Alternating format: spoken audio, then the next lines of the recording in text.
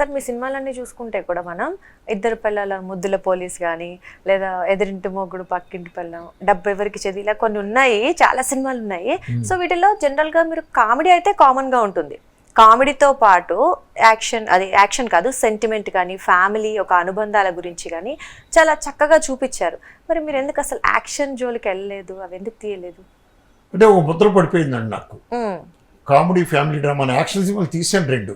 Okay. First Suman గారి cinema film ఇండస్ట్రీలో, సుమన్ది first film Telugu film ఇండస్ట్రీలో ఇద్దరికెళ్ళాడీళ్ళు.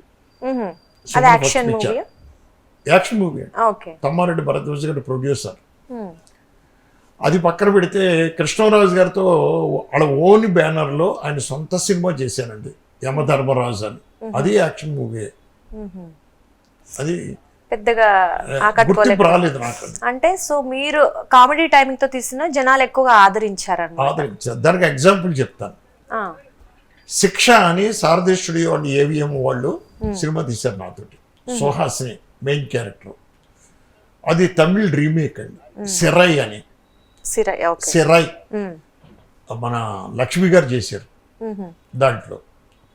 అది మేము తెలుగులో నా డైరెక్షన్లో తీశారు, శారదా స్టూడియో అండ్ ఏవిఎం కొలాబరేషన్లో.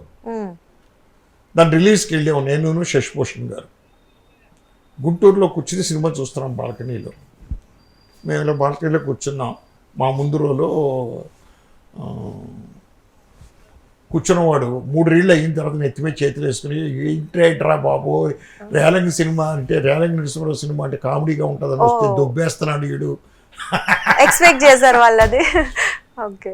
గంతే అప్పుడే అనుకున్నాం ఈ సినిమా సరిగా ఆడిస్తారని. ఓకే. సో అంటే నా మీద అంత ప్రభావం ఆడియన్స్లో ఉంది కామెడీ రేలంగి నరసింహారావు అనేది. నా పేరు రేలంగి గారు అవడం, ఇంటి పేరు ఆ కమెడియన్ రేలంగి గారు పేరు కలవడం, నాకు ఇలా అవడం వల్ల మొత్తం వాటిలో డెఫినెట్ గా సక్సెస్ అయ్యారు. మీకు ఒక గుర్తింపు అయితే చాలా పెద్ద గుర్తింపు. సినిమాలు తీశానండి, పోలీస్ భార్య కామెడీతో పాటు సెంటిమెంట్, శోభన్ బాబు గారితో సంసారం. అదే సెంటిమెంట్ కూడా ఉంది, బట్ యాక్షనే కొంచెం మిస్. యాక్షనే దెబ్బ కొట్టిందండి అక్కడ. అలాగే దాగుడు మూతల దాంపత్యం అని నాగేశ్వర గారితో, అది సెంటిమెంటల్ మూవీ, చక్కని కామెడీ సెంటిమెంటల్ మూవీ. ఇలాంటివి ఉన్నాయండి. ఓకే.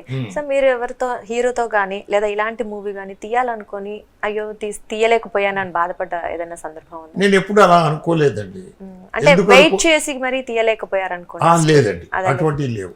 ఇప్పుడు ఉంది ఒకటి, ఇప్పుడుందా బాధ ఏంటంటే, మా గురువు గారు నా డైరెక్షన్ లో ఒక సినిమా తీయాలనే ఒక సబ్జెక్ట్ కొన్నాడు ఆయన, దాసర్ గారు. ఒక కొత్త రైటర్ ఇచ్చాడు, విజయ్ కుమార్ అని. మంచి సబ్జెక్ట్ అండి. ఆ సబ్జెక్టు నేను ఎప్పటికైనా తీయాలని తపంతో ఉన్నాను. ఇప్పుడైనా తీసేయాలని, కొంచెం బడ్జెట్ ఎక్కువ అవుతుంది. అదండి. సో ఎప్పటికైనా అయితే తీస్తారు. 15-20 కోట్లు అవుద్దండి ఈజీగా. అప్పట్లో మేము అనుకుంది ఏంటంటే ఫాదర్ క్యారెక్టర్ రాజేంద్ర ప్రసాద్ అనుకుంది. ఇప్పుడు కూడా ఫాదర్ క్యారెక్టర్ టోటల్ గా మంచి సబ్జెక్ట్. మరి ముందుకెళ్తుందా సార్ అది? ఏ ప్రొడ్యూసర్ వస్తే ముందుకెళ్తుందండి. అది కాకుండా వేరే సబ్జెక్ట్ డిస్కషన్లు 2 జరుగుతున్నాయి, కానీ 6 సబ్జెక్టులు తెచ్చుకున్నారు ప్రొడ్యూసర్లు. అదే. ఓకే సార్, మీరు సుమన్ గారిని, కిన్నెర గారు అలాంటి ఆర్టిస్ట్ని మీరే ఇండస్ట్రీకి పరిచయం చేశారంట కదా.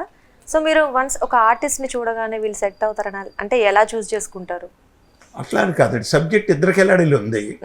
ఇద్దరికెళ్ళాడీలు సబ్జెక్టు భరద్వాజ్ గారు నేను రెడీ చేస్తున్నాడు, భరద్వాజ్ గారే రెడీ చేసుకున్నారు, తమ్మారెడ్డి భరద్వాజ్ గారు. నన్ను పిలిచారు, చేద్దామండి అన్నాను. దీనికి ఎవరు ఆర్టిస్టులు? 2 యాక్షన్ ఆర్టిస్టులు కావాలి.